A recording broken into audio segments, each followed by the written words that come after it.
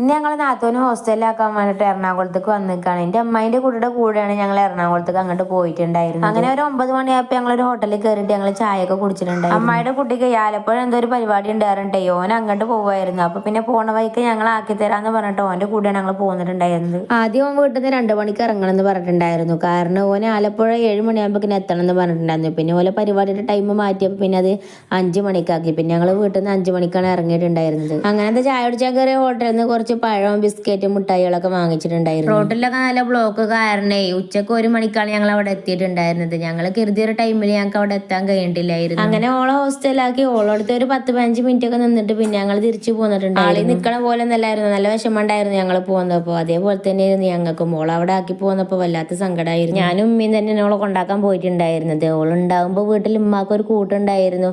എന്തായാലും പഠിക്കാനല്ലേ, അപ്പൊ നിന്നല്ലേ പറ്റുള്ളൂ. ഓളെ അവിടെ ആക്കി ഞങ്ങൾ പിന്നെ തിരിച്ചു പോകുന്നത് ബസ്സിലാണ്. അങ്ങനെ ഞങ്ങൾ അവിടുന്ന് ഇറങ്ങിയപ്പോൾ ഞങ്ങൾക്ക് ആലുവയ്ക്കുള്ള ബസ് കിട്ടിയിട്ടുണ്ടായിരുന്നു. ആലുവയിൽ നിന്ന് പിന്നെ ഞങ്ങൾ ഷൊർണൂർക്കുള്ള ട്രെയിനിന് പോരാന്നൊക്കെ കരുതിയിട്ടുണ്ടായിരുന്നു. പിന്നെ വല്ലാതെ ബ്ലോക്ക് ഉണ്ടാവില്ലല്ലോ. അങ്ങനെ ഞങ്ങൾ റെയിൽവേ സ്റ്റേഷനിൽ ചെന്നപ്പോൾ ടിക്കറ്റ് എടുക്കാനുള്ള ക്യൂ കണ്ടപ്പോ ഞങ്ങൾ പ്രതീക്ഷകളെല്ലാം അസ്തമിച്ചു. വീണ്ടും ഞങ്ങൾ KSRTC ബസ് സ്റ്റാൻഡിൽ തന്നെ ബസ് സ്റ്റാൻഡിൽ വന്നപ്പോൾ ഒരു പെരിന്തൽമണ്ണക്കുള്ള ബസ് 15 മിനിറ്റോട്ട് വരുമെന്ന് പറഞ്ഞിട്ട് ഞങ്ങൾ അവിടെ കുറെ നേരം പോസ്റ്റ് ആയിരുന്നു. പക്ഷെ ബസ് വന്നില്ല. പിന്നെ വീണ്ടും ഞങ്ങൾ തൃശ്ശൂർക്കുള്ള ബസ്സാണ് കയറിയിട്ടുണ്ടായിരുന്നത്. തൃശ്ശൂരിൽ നിന്ന് വന്ന് ഇറങ്ങിയേക്ക് തന്നെ പെരിന്തൽമണ്ണക്കുള്ള ബസ് സ്റ്റാർട്ട് ആക്കിയിട്ടുണ്ടായിരുന്നു. അങ്ങനെ പിന്നെ ഞങ്ങൾ അതിൽ കയറി പോന്നിട്ടുണ്ടായിരുന്നു. സത്യം പറഞ്ഞാൽ ഞങ്ങൾ ഉച്ചക്കത്തെ ഫുഡ് കഴിക്കാൻ ഞങ്ങൾക്ക് ടൈം കിട്ടി. പിന്നെ ഞങ്ങൾ പെരിന്തൽമണ്ണ ബസ് സ്റ്റാൻഡിൽ എത്തിയപ്പോൾ രാത്രി 8 മണി ആയിട്ടുണ്ടായിരുന്നു. അങ്ങനെ ഞങ്ങൾ അവിടെ ബസ് ഇറങ്ങി നോക്കുമ്പോൾ തിരുവിതാംകൂറിലേക്കുള്ള ബസ് നിർത്തിയിട്ടുണ്ടായിരുന്നു.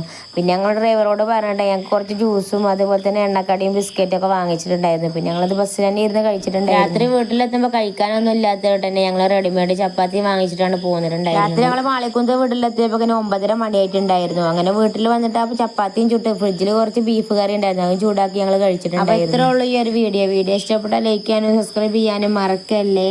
അടുത്തൊരു വീഡിയോ ആയിട്ട് വീണ്ടും വരാം. ടാറ്റാ.